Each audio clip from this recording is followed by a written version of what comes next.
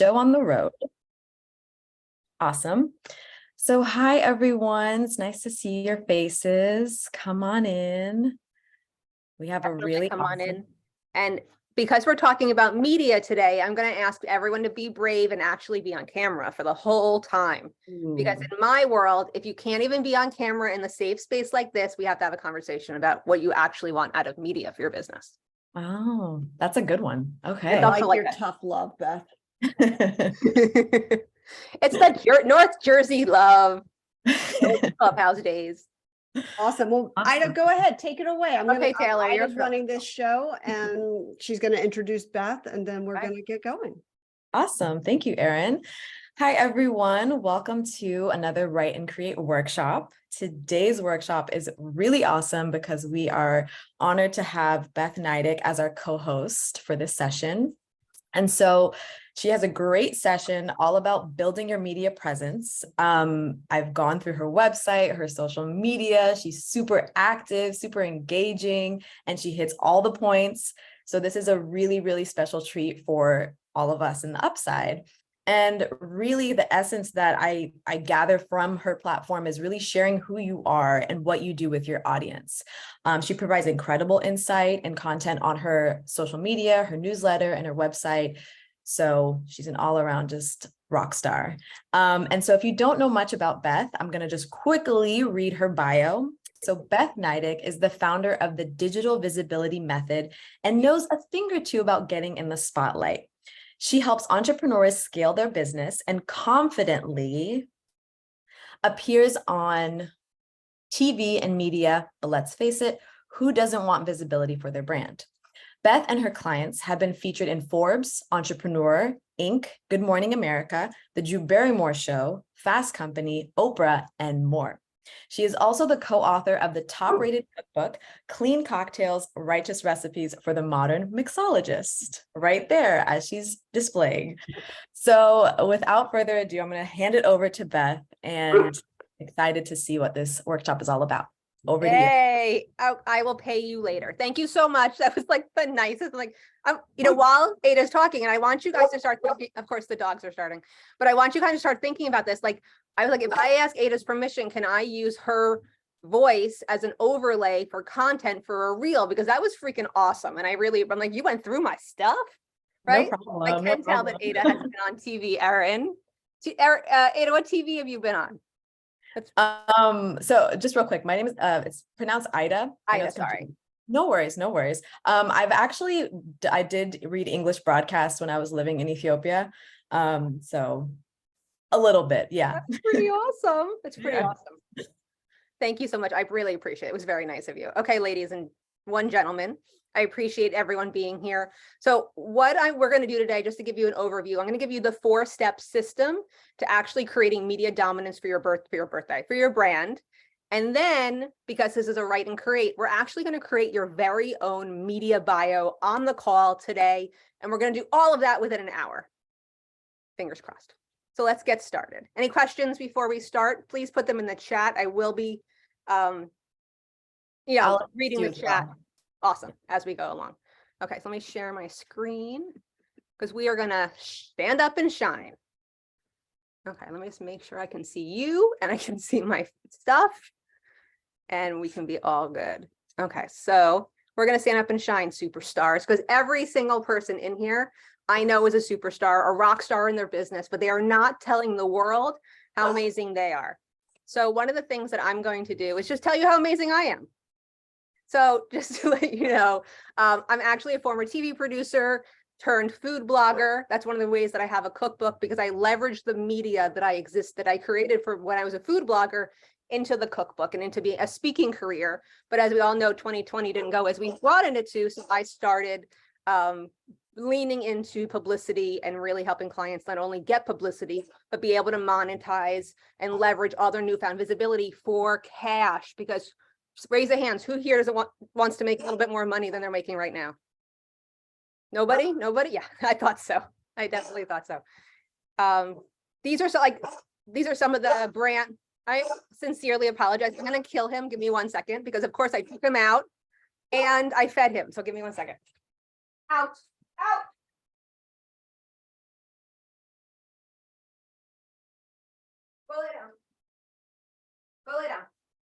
He's 17 years old. And, you know, if anyone has a 17-year-old kid or a dog, go lay down. Hopefully he'll shut up. Okay, let's go fast. So why isn't anyone paying attention to you? Because nobody knows about you. I feel like nobody knows about me. Do you feel like anyone knows about you? And the problem is that people aren't paying attention. And if you look at my social media today, the topic, it says you are forgettable, because each and every one of us is forgettable if we don't shine our light on ourselves. But because, you know, getting through all the noise is what we kind of feel like. But when you have media coverage, you have to be in the right place with the right audience, with the right message to get that conversion back to you. So many people are focused on getting in the media instead of what you can pull out of the media. So let's get ready to take some notes, and we'll have the tools and knowledge so that you can be turned into a media darling that I know you can be. So I have a 4-step system that I created for my business, and this is what I do with all my group programs and my clients. We develop your unique story angle. It answers that question: what are you going to talk about? What are you about? What's the story that you can connect to that angle? How do you pitch and follow up? And most important in my business is how you're leveraging that coverage so that you can make money off of it. And money's in the form of more clients, more leads, more people in your programs, or just more attention to you and your business, depending on what you're doing. You know, I do a lot of free I call them brainstorming calls, which are essentially the availability for me to just be in front of my audience, helping them. There's no money exchange. I'm not selling them anything. It's more something for me to be able to explain to them what I'm about, who I am, because as you guys all know, if you don't like me, you're not going to work with me. I feel like that's that high school part of it. I don't know if anyone else struggles with that part of it, but I'm like, girls didn't like me in high school. No, they sometimes like me. Girls, you know, were nice to me in high school, or I didn't have whatever your story is. What we do now is get people to like us enough to work with us. So I'm going to show you a way to get people to listen to you, because I know you're all likable and lovable, because we're all in here with Erin, right? Where's Erin's little face? There she is. Like and trust, exactly. Okay. So first step is the unique story angle. In this step, you talk about the story that makes you stand out. So one of my unique story angles is that I work in press and I was a TV producer, but I also have a cookbook. And it's just the juxtaposition between food and story. And that's really like my authentic passion, like what's behind me and what I do for basically a living. So when you're trying to get that unique story angle, you have to get introspective. You have to do your research, and I want you to think outside your box, right? Like somebody in the chat, tell me what they do, and I'm going to give you like a little bit of an example. I won't make you unmute, but I want you to be in the chat. What could be your unique story angle that you could share your story? While you're thinking about posting in the chat, one of my stories is I was a Dr. Oz blogger. How did I get to be a Dr. Oz blogger? He found me on Facebook. I went onto the show several times, but the first time I was on, I did not have my business ready. My opt-in, because I was working on it, because I should not be trusted, was paused. So anybody that came to my website that day, I got no emails out of them. That's the unique story angle, is making mistakes and what you can do to solve them and how you can create a business around the mistakes that you made in your life.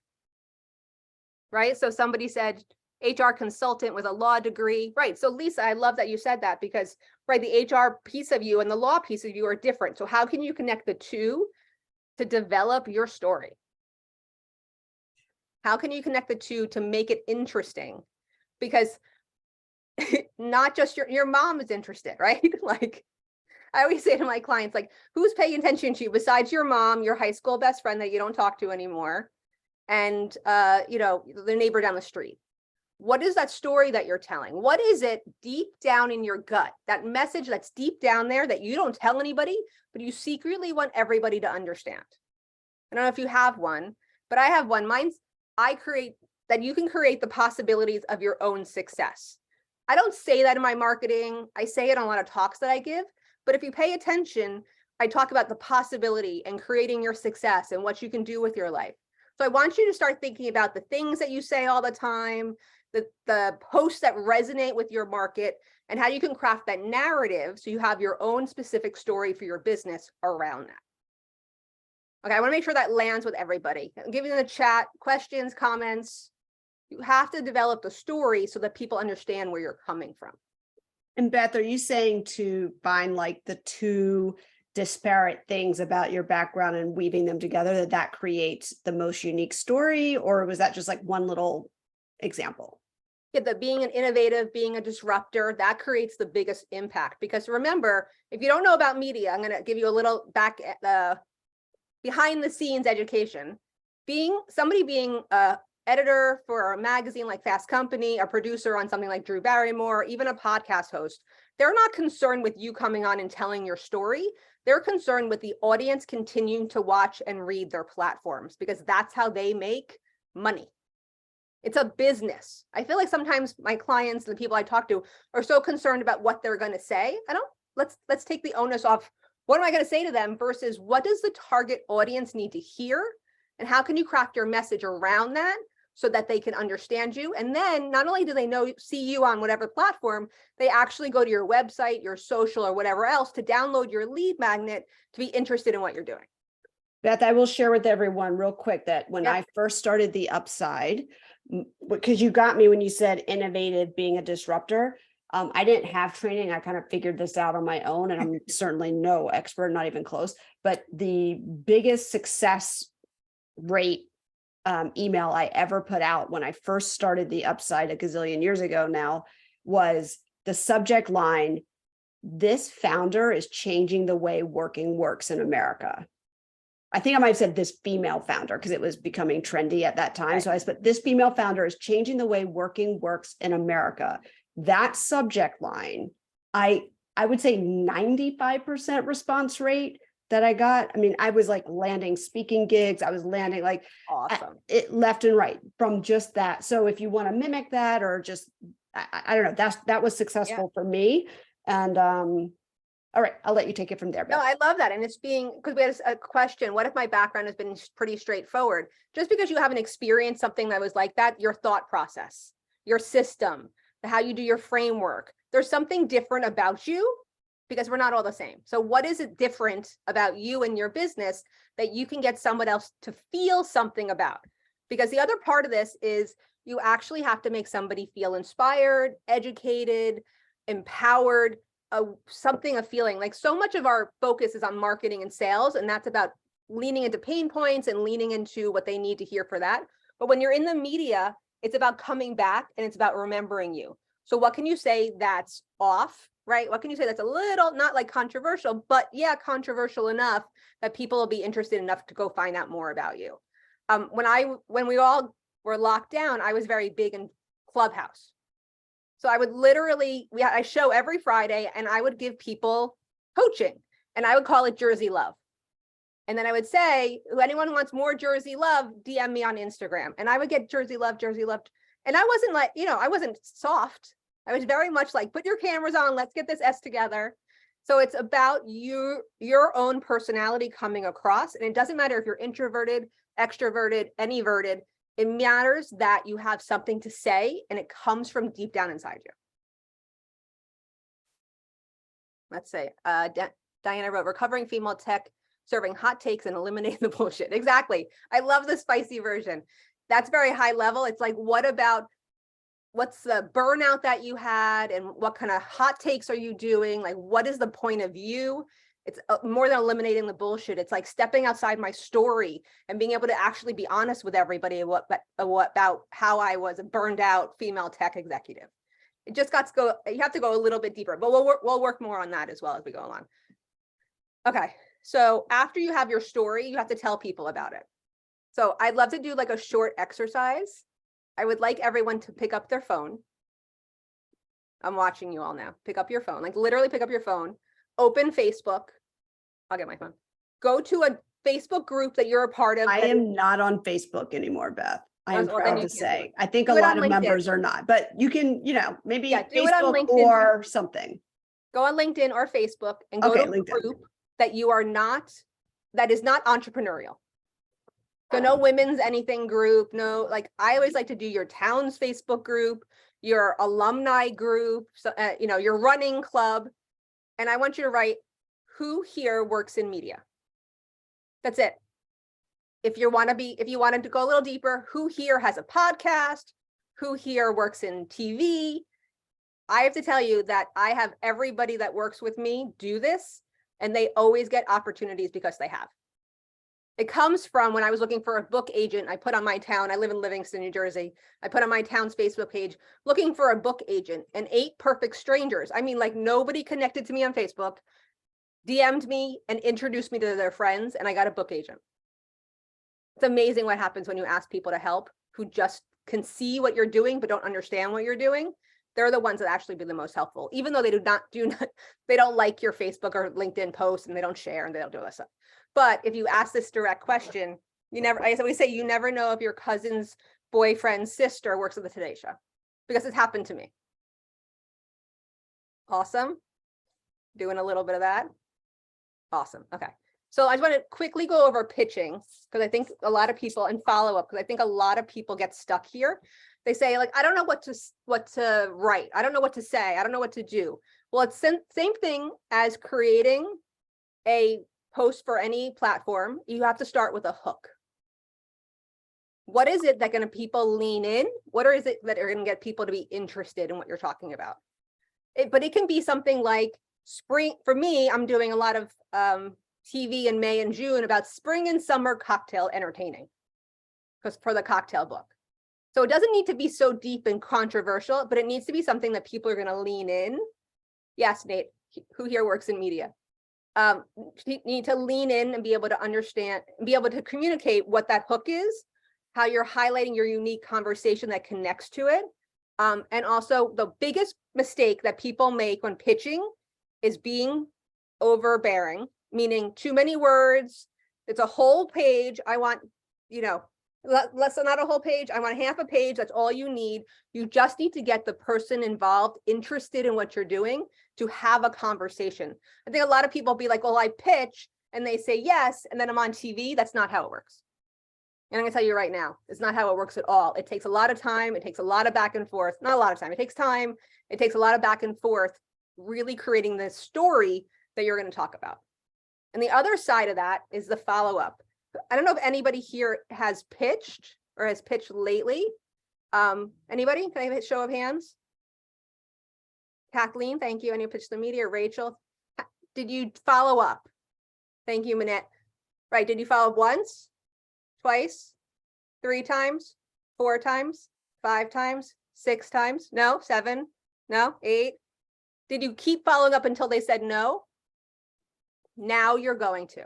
I give everyone permission to seriously follow up twice a month, once a month. If you really want to do TV, once a week, until they say no, until you get an answer. I'm going to give you an example. I was in Fast Company last summer with an article.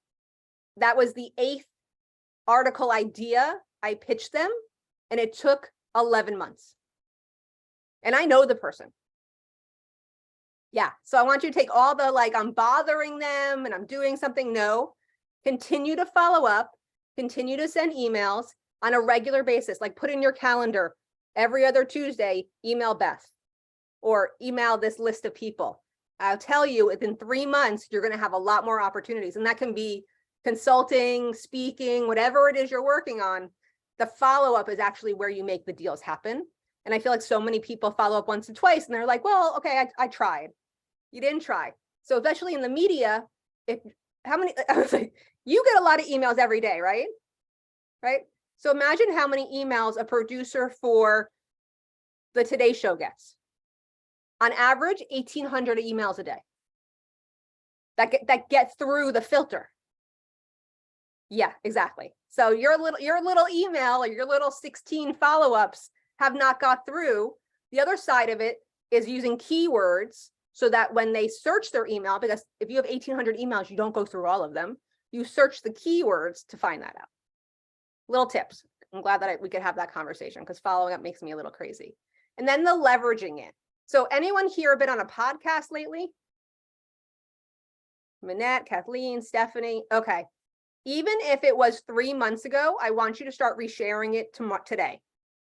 I want you to shout it from the rooftops. I want you to have a press page on your website that says, even if it's one thing, there will be more. I want to make sure you start having that. I want you to, sorry, I can't see my screen. I want you to harness the power of influence, which means if you're on a podcast, even though it's older, I want you to DM the host and be like, hey, I want to promote your podcast that I was on again. Can we do an Insta Live tomorrow morning talking about it? I'm not kidding. I know you guys are all looking at me like, really? Yes, because it doesn't matter when people listen to the podcast, it's that people listen to the podcast. Again, remember, they're not worried about what you're saying or who's on. They're worried about, the podcast host is worried about how many downloads they've had that month. So if you can spike their downloads, not only are they going to be grateful to you, but you're having another opportunity to be in front of their audience. And if you have a small one, I want you to take every opportunity to be in front of their audience again. And then the last piece of that is keep pitching, keep following up, keep doing all the work, because if you stop, then your opportunities stop. It's the plain truth, right? You're not going to get anywhere if you don't try. So creating that opportunity for you to leverage it. And then that's the other side of it. When you leverage your media, or you leverage, and that could be like, I posted today that I was speaking here. We're going to take a photo at the end, and then I'm going to do a video later saying how grateful I am to the upside to be a member and how great everybody was and how much I love speaking, and I'll do a little video. So I want you to feel like media is anything you're in front of people who don't already pay you. I'm going to say it again. Media and visibility is being in front of people who don't already pay you. Because those are the people that we want to pay you. Go ahead, Erin. Beth, we do have just a couple questions, if we can just interrupt for 1 second. So the question is about example of keywords. Do you mean keywords relevant to your topic, or yes, there are others that are generic you can recommend? I use your SEO words. Okay, great. Right, and then another quick one, is there a way to prioritize which podcast to do this with? Whatever podcast, like how I would do it for, where's Nate? I'm looking for him. Nate, there you are. Nate, are you there? I love your things. What do you mean? Do you mean like if you're on several podcasts and you don't know which one to do? I mean, like if I've spoken on I don't know, 20 podcasts in the last 2 or 3 months, is there a way to figure out which ones I should do it all? Because it feels like it would be a lot or should I just start to do it all and backtrack from the most recent? I would say which one has an audience who's going to come back and pay you? Which is the ideal audience, the top ideal audience, or the most top ideal audience, and who has the most following? Because if you're doing a live with them, right, and several hundred people come on versus a smaller podcast that maybe 5 people come on, think about your Insta Live or your LinkedIn Live as your own TV show. Does that help? Yeah, and thanks. Sean said prioritize his. Is there a way to see the reach of podcasts, or should it just be like the social media platforms? Yeah, I wish there was. I'm sure there's somewhere, but I just don't know about it. But see what their social media is. And I would start asking, just for you guys to know, when you're on a podcast, what their email list is like. So then you can kind of get a better idea. And it's not like, I'll tell you guys the truth. Like sometimes I do it like a little, I'm like, oh, what kind of open rates do you have? I have 42% this week. What do you have? Like that kind of conversation. So you're not only connecting on your business level, but then you can really know how engaged their audience is to know how much to lean into them. Because 25, well, first of all, congratulations, Nate. That's amazing. Like freaking amazing. Right. And I know you're not leveraging all of it. So DM me and we'll talk about how to leverage more of it, because I watch your stuff. The other question was some guidelines for creating the press section on a website. Nita, go to bethnydick.com/press and you can see mine. I literally just have the links and the logos. It doesn't need to be fancy. It just needs to be something. Can I read it? Katerina, I'm sorry. No one pronounces my name correctly either. I apologize. I love Podmatch. I don't love it when they connect me to like overly religious podcasts, but I love them. Alex, who's the founder, is great. And their customer service is really good too. What's the best way to find relevant ones is go see what podcast your colleagues are on, because you should be on them too. Because the other thing is ask your audience. You could survey in a story, send them an email with a survey monkey. What are they reading, watching, and listening to? Because if they're reading, watching, listening to my podcast, then you should be on my podcast. I think we make this so much more complicated. Find out where your audience is and go there. That's really the bottom line of all of this. If your story angle is media worthy, you work with somebody like me to help you, or you keep pitching and finding it and asking people and putting it out there, and you see what kind of response. Go through your posts and your emails and see which one, like Erin said, that was the best performing email that she had. Go back through your stuff. Exactly. Test and try. This is all, what we do is all trying, right? I hate that part, but it's all testing and trying. I did say to my coach the other day, I was like, can I stop testing? He's like, do you know? Like, he just said no. It was like, oh, okay, I guess I have to keep testing. Okay. So those are the 4 points of the system: your unique angle, developing your story, pitching, following up, and leveraging your coverage.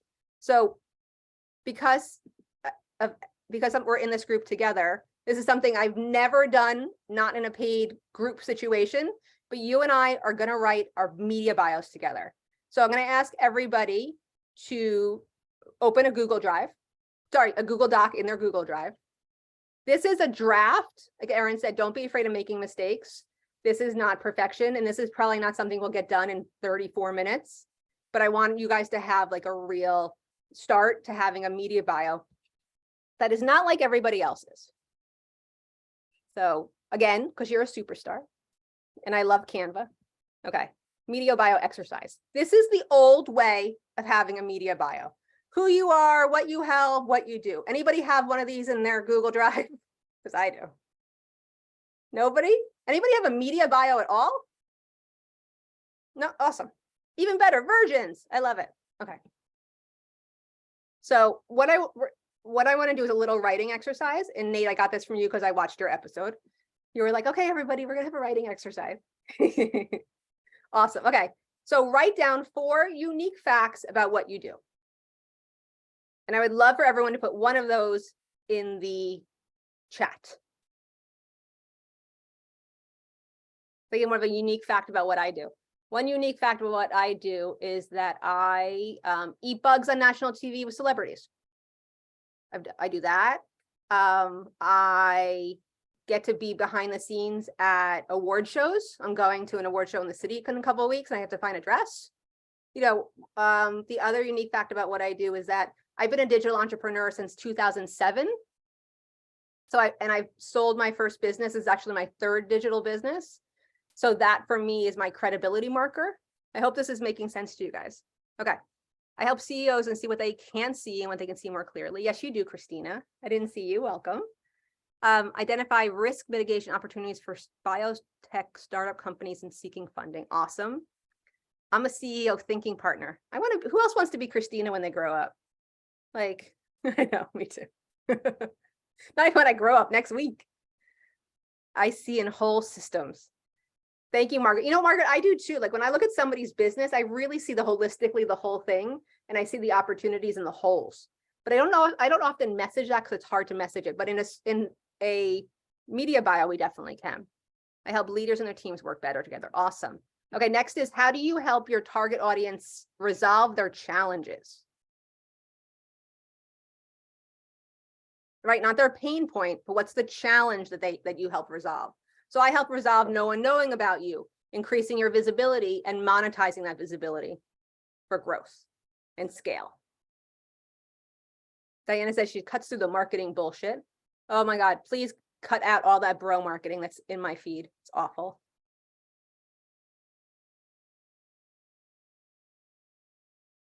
Right, how do you help them? And then what is your ideal client and what's their unique pain?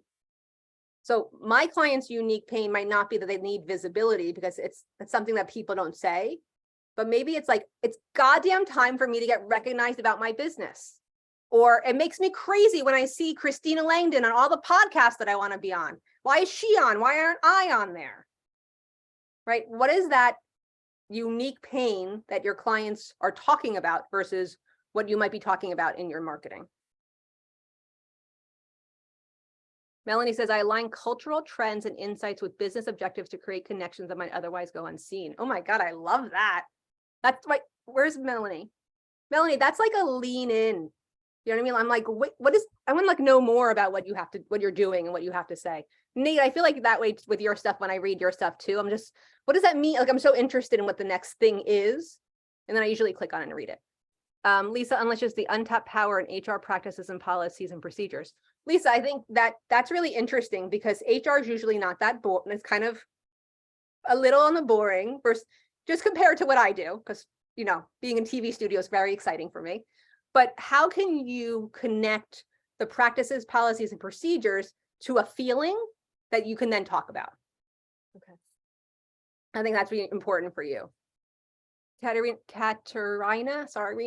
scale down tech best practices for super early stage startups. Oh, there's a lot of pain in those super early stage startups. And when revenue for companies who have stalled, that's huge, Diana. Huge. Companies that have stalled, there's so much to put in there. Bye, Sean. Nice to meet you. There's a recording, so you have to see the rest. Okay. And then here are the details. What's your expertise? What's your niche? What are your pain points? Going through all of that. Going through the results. If you've been on any media, even if you were in Ethiopia, you were an English broadcaster, that should be somewhere in your information because it's something that you did. I don't know if you guys have seen my social, or like I worked for the Tonight Show. I worked for the Tonight Show. It's me and Jay Leno and my sister. I made this in 1994, but if you look through my marketing and my website and everything, I talked about working for Jay Leno. That was 1994, guys. It doesn't matter. No one's looking at no one's going, oh, that was 6 years ago. I can't believe she shared that podcast or anything else. So permission to just be yourself and to forget all the stuff that people are telling you should do, you have to do, and just do you. Because when my clients just do them, and I'm sure you guys can agree, that's when all the magic happens. And that's when everything like opens up and creates for them. Okay, so here's some more of your points. I know, let's see, we have a little, well, we have time. Anyone stuck on like what their personal challenges are? I think that's one people get stuck on. Or your results. Like, what do you actually do for your people? Diana, you are on fire. I love everything you're putting up. I'm like, are you on camera too? There she is. Thank you. But I love what you're putting up. So what is the story underneath that? Right? Why are, like, I always say when that kind of stuff comes up, do people always tell you like their secrets in the supermarket line? Like, what is like that innate ability that you have that people just tell you stuff? Because it feels like what you're writing. Am I on the right track, Diana? Yeah, I mean, I think, so I work with a lot of early stage founders and early stage companies. So I think the point about like, I'm not a marketer, I don't know what to ask, right? So cutting through the marketing bullshit, the point about like delivering sales for a company that's got product market fit, but has hit a plateau. And then the point about like, I should probably know this. I'm so late in the game, but I'm mortified to have to ask a really basic question. Like that's all indicative of early stage founders that are sort of trying to demonstrate they have expertise, maybe beyond the fact that they do, right? So that's a podcast interview. That's a podcast pitch right there. Is how do we have the conversation to give these people permission to ask the questions they're too embarrassed to ask? It's flipping that little bit of switch to get that directive. Does that make sense? I just make sure that makes sense with everybody. yeah, can you say that one more time? It could be a podcast. I'm like, can I? It could be a podcast interview where you're talking about how early stage founders have all these questions, but they want to look like they're professional, so they don't ask them. And then maybe on the podcast, you answer the top 10 questions. Got it? Awesome. Got okay. it. I'm going to move on to, here is your bio blueprint. And what I'm going to do, because I love all of you, is I am actually going to put it into the chat so that you can put it back into your chat. You can put it into your Google Drive. I don't know if you noticed, but when I was introduced, Beth is the founder of the digital visibility method. So I want you all to become the founder of something. I don't know, does anyone have like a moniker they use already for their business? Oh. Nate, don't you have a tagline that you talk about? I say that I help businesses and people thrive. I don't know if that's a tagline. It's not like a founder of.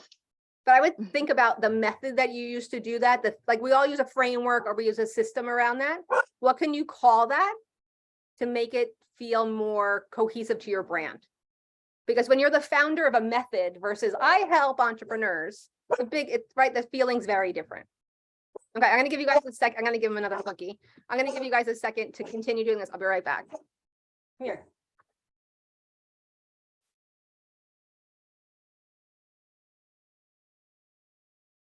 Something Kathleen was talking about, like what do you mean by a personal struggle?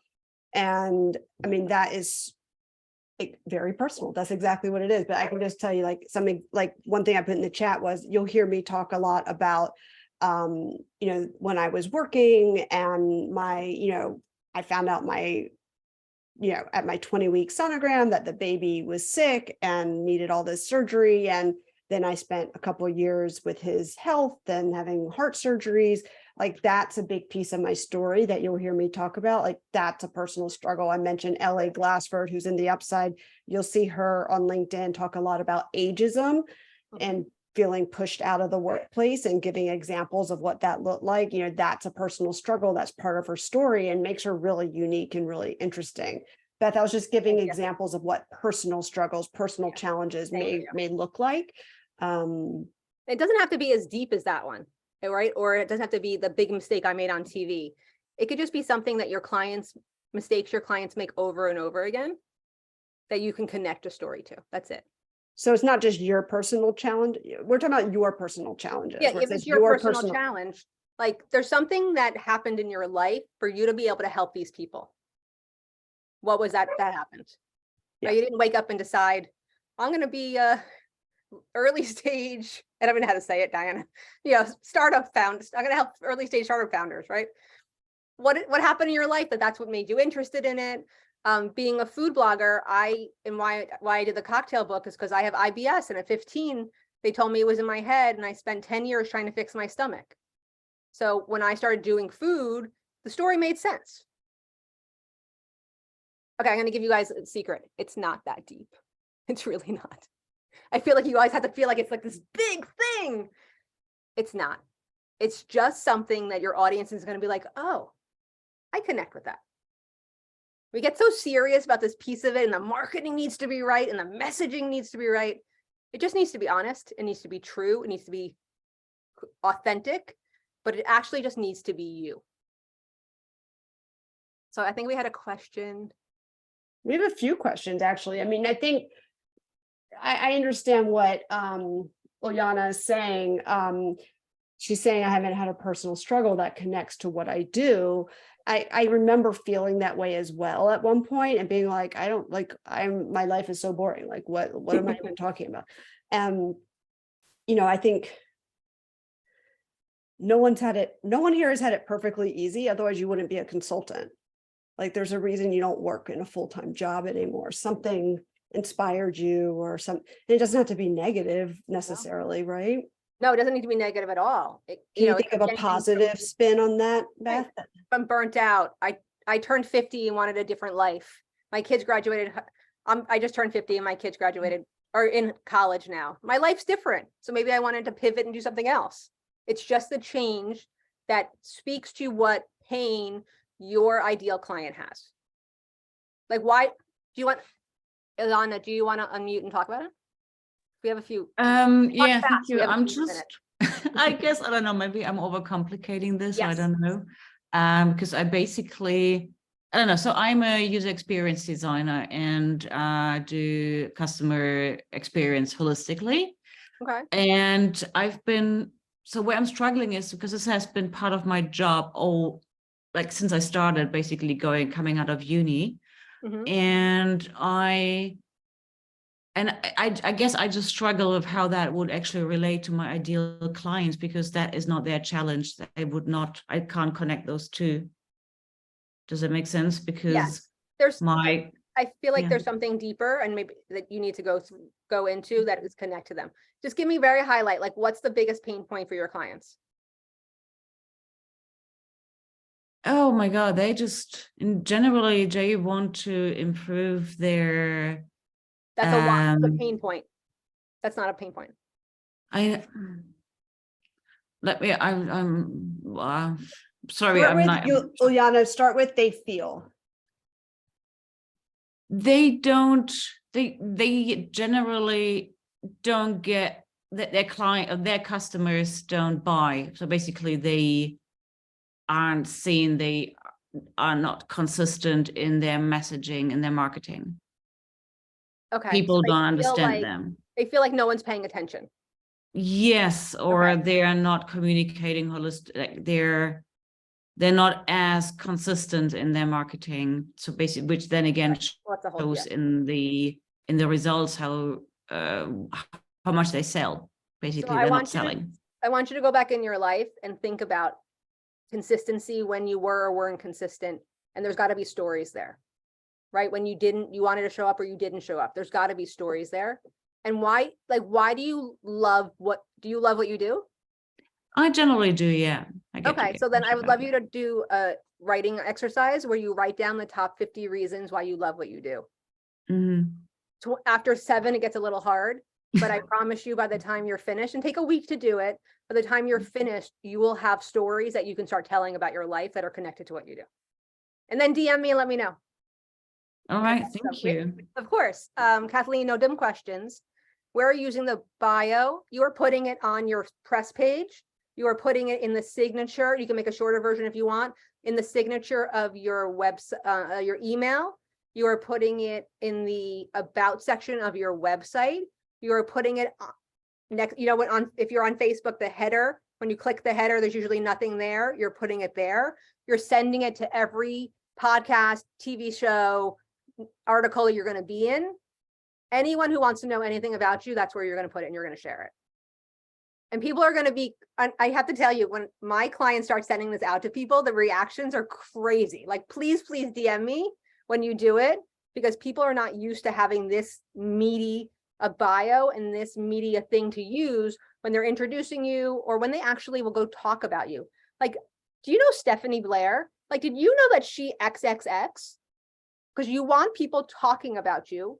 You actually want them talking, it doesn't matter if it's bad or good, but you want them talking about you because the stuff that you're putting out into the world is connecting with them. And this is one way to do it. Right, Caitlin said it can be experience rather than a struggle. Nita, how can we weave in multiple identities, business passions, or niches in the same media bio? I will show you, because I'm going to show you my example in a second. Stephanie, longtime high achiever, welcome to the crowd. I feel like most of us here are high achievers. Burnt out, I commit myself to parting with revenue. I love it. So that feeling of being burnt out versus growing, that's the connector. And then what's the story in between there? Okay, here, I'm going to, how's everyone doing with their media bios? Anybody want to share theirs? Like go off mute and actually share it? Nobody yet? Okay. Sometimes people are ready, but I'll share you with mine. Take a little read.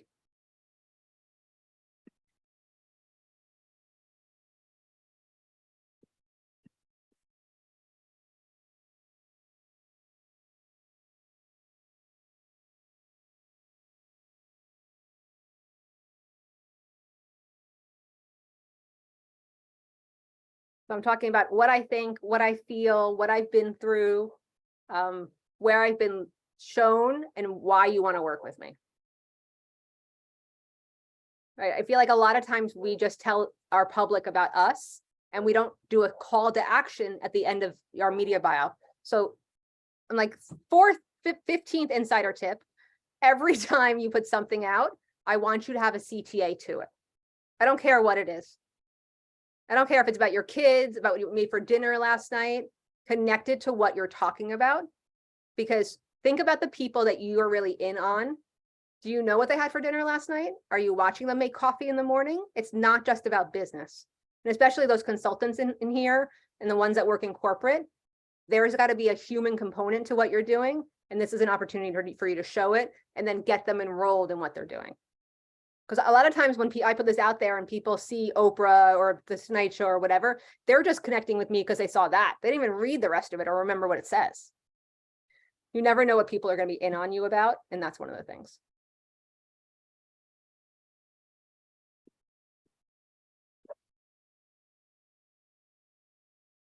Thanks, May. Thanks, Melanie.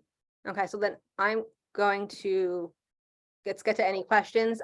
This is my new downloadable. It's the visibility toolkit. It's 10 pages. It's a workbook for you to figure out your media persona, your media personality, and what you can do in the media.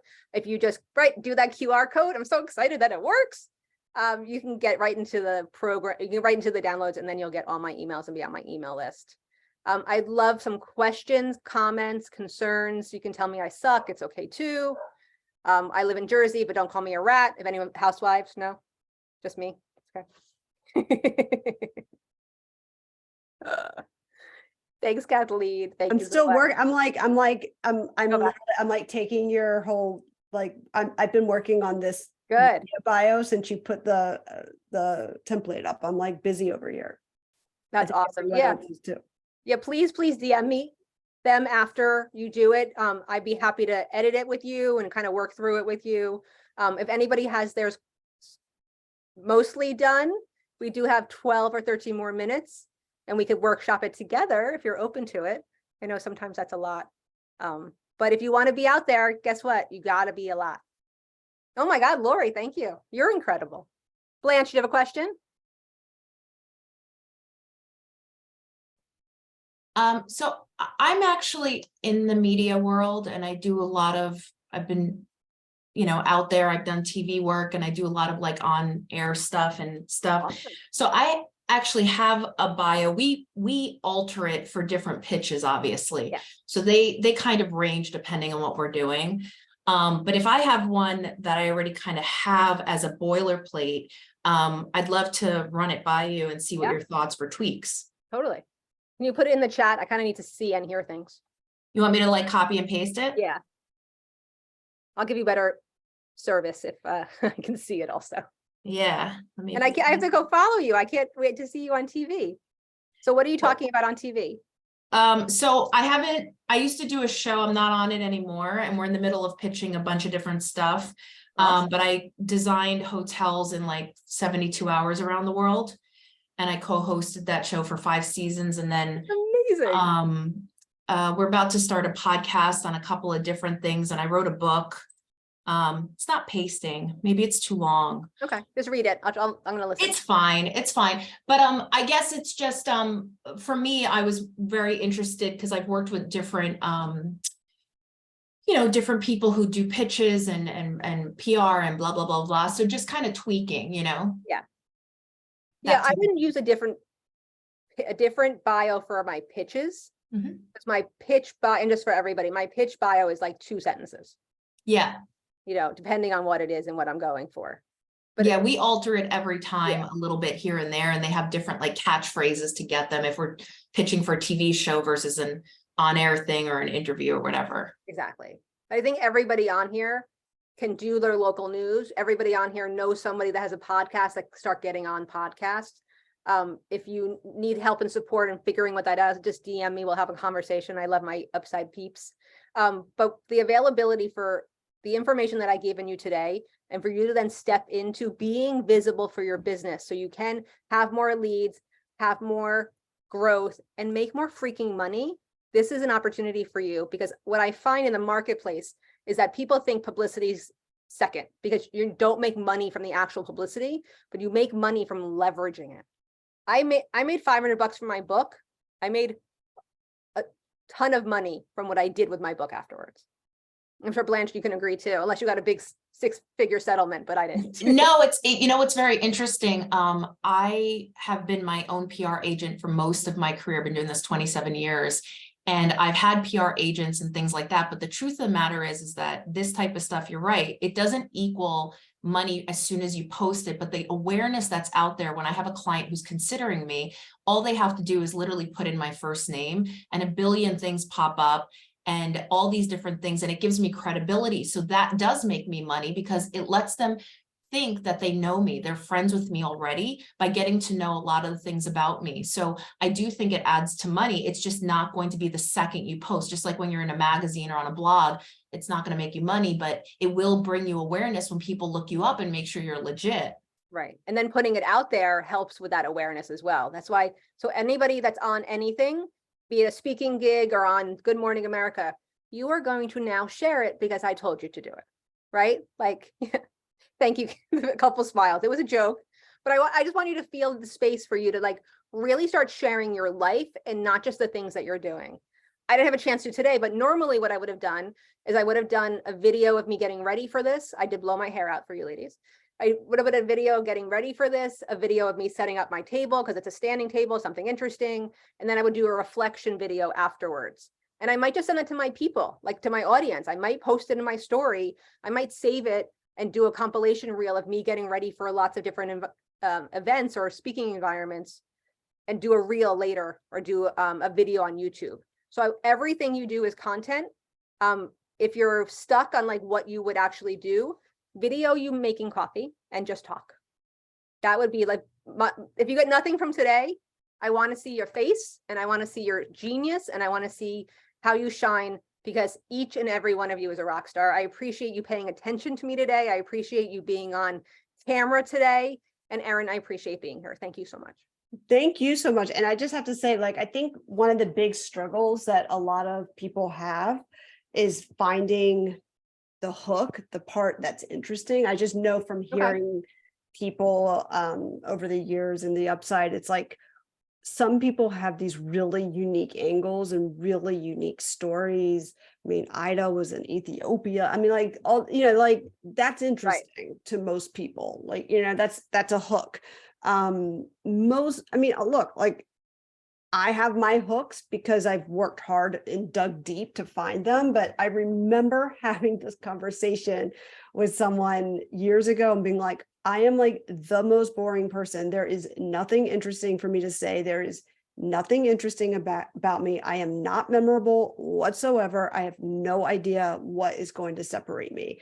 And, you know, now it's like, I get it, but I think I would love, since we just have a few more minutes, if you wouldn't mind touching on, for people who are saying, I am so boring, there is nothing to talk about, what would you, what advice would you have to find and dig deep and find those pieces that are going to be that interesting piece of your story? The first thing that comes up for me is ask your mom, like literally ask your mom. Ask your best friend, ask the girl on the playground that you don't think likes you very much. Like that's what, and I know everyone's laughing, but I've done all these things and guess what? It helps. You know, but I said to, I forgot her name, but write down 25 reasons why you like what you do. All those stories will start coming up because the gut reaction of I have nothing interesting is you not willing to go deep in on yourself. Because again, what we do in this realm is all personal development and testing. So let's develop yourself a little bit from the inside and go inward, because the fact that you don't like coffee is interesting, right? I don't like coffee. People always go, you don't like coffee? That's as little as it can be to, you know, to eating bugs on the Drew Barrymore show. That's interesting. Now, I don't want to pick on anyone, but I just, Blanche, you know, I've heard you tell your story. Maybe it was actually through, I think it was through your Upside intro. Was really, really interesting. If anybody look up Blanche's Upside intro, because the way, if you wouldn't mind unmuting, you told such a great story, and I could see how you may have had to dig deep to find some of those pieces. There were pieces of your childhood that you shared, and emotions and feelings and your education and your mom, and like all these different pieces of you that I think a lot of people would be like, oh, nobody cares about this stuff. Do you mind sharing those pieces? Yeah, so that's the big thing. So I've been in my industry since I was like an embryo, and nobody showed me how to do it. But one thing I realized really at an early age is that the things that you find boring, just put it out there, because that's what makes you unique. So I got really comfortable. I'm like an introvert extrovert. So as much as I'm an extrovert, I always say to myself, oh my God, should I be saying that out loud? Because I started in the design industry where all of the women that were older than me, I was like 17, they were like in their 30s and 40s. And this was like in the 80s and 90s when everybody gatekeeped, like nobody told you anything. So I was just like, I'm not going to have as much experience as them, but I kind of need to make my mark. And the only thing I know how to do is be me. So as messy as that is, I'm just going to be me and say who I am. So I talk about my experiences being brought up about, you know, having to break into it because I was bullied and I ended up in the hospital and I was having panic attacks and I had to, and I was like, I'm quitting school. And my mom's like, you have to figure out what you're going to do with your life. And like things like that, or being on a TV show, Design Star, and being the first one voted off and sitting on a crate in the back, you know, because you're on ice. And, you know, they're like, and the producer saying to me, don't you think you let your dead father down by being voted off? Like, there are things that happen to you that I think that are important for people to relate to you. So it's not that you're trying to hook them and people get that mixed up. It's the fact that you're just being yourself. And when you're being yourself, people connect to you. So you're not selling yourself if you're just being yourself. And that's like they say, when you write a book, write about what you know. We'll talk about what you know. If you don't like coffee, there's so many people that don't like coffee that you can just say, I woke up today, guess what? Didn't reach for my coffee. Why? I actually hate it. And like, you would get so many people that would be like, I hate coffee too, just like Beth is saying. Yep. So I get really comfortable talking about the pieces that are behind the curtain. And even now, as I talk to design students and girls, and I do my whole thing out there, right? I want people to understand that where I am at every step in my life is not perfection. There is messiness. I doubt myself all the time. We're going through, for me, I'm really big into connecting to energy and the environment. So we're going through a solar eclipse, which was last night, as well as Mercury retrograde. It is throwing me for my shit. I talk about that. I'm like, my computers are down. We're moving offices. I'm a hot effing mess right now, but I am pulling it together. And you know, and you want to talk about that because that's what people relate to, like, yeah, you know, so that, I think that's what, Erin, if that's what you're talking, I think that if you can be comfortable understanding that you're not the only one out there doing this, and we're all together supporting each other, and not everybody's going to like you, and that's good, and not everybody's going to agree with you, and that's cool. I like it when not everybody agrees with me because it means I'm doing something different. And I think if you can do that, that's going to add to your story. Don't be so polished and perfect. Nobody cares. Like, I was literally driving here, just FYI. I don't know if anybody caught that. I got on late because I was on with a contractor who I realized my curtain rods are wrong, by the way, from a job. And I'm driving in the car and I literally got an itch in my nose. And then I realized that I was in front of everybody scratching my nose. And I was like, this isn't perfect and it's fine. Like, you just have to be okay with it all. Sorry, it ran. Thank you, Blanche. No, I appreciate that. I appreciate that so much. And for anyone who wants to read that story, because I found it very interesting, her intro from a few quarters ago, it was very, very good. And I think, you know, not everyone would think to make those things part of their story. And then just to wrap us up, Ida's actually going to wrap us up, but I just want to also point to the fact that I researched Ida a lot, and she knows this already, a lot before I even reached out to her to interview, to be part of the Upside. Like, I did my homework, and something that stood out to me that has zero to do with what she does professionally and for us. She has all these amazing YouTube videos about hair. And I'm like, seeing her on these YouTube videos, like, she's talking about hair, she's passionate about hair, she's showing all these stuff, talking about black hair, all this stuff. And I'm like, that, again, nothing to do with this role, but it was part of her story and made her very interesting to me. And that, you know, that obviously led to her being here. And she knows all this already. So, you know, what may be boring, like hair, to some people, is very interesting, and it's part of your story, and it makes you unique. It makes you interesting. Copywriters are a dime a dozen. Ida stood out to me because she was so passionate in speaking about hair, and it wasn't about the hair. It was that she was different, and she has something other than just copywriting that she puts out there. All right, Ida, wrap us up. Wait, but before we go, can we take a quick photo? Can Yes, everyone yes, yes. smile? Take a quick photo, everyone. Absolutely. Smile. Okay, it'll be on my social tomorrow. Okay, Ida, finish us off and we are Yes. ready to rock and roll. And thank you so much, Beth. Thank you. Thank you. Thank you so much, Beth. That was honestly like I just was soaking up everything. So thank you so much. This will be posted very shortly in Circle so you can see everything, catch up on the transcript. Thank you guys. See you at the next Write and Create. Thank you. Thank you so much, Beth. Thank you. Thank Thank you. you. Thank you Thank for you. all You that guys you do. This was DM an me awesome questions. workshop. Thank you so much. Thanks, everyone. Bye. That was so fun. Thank you so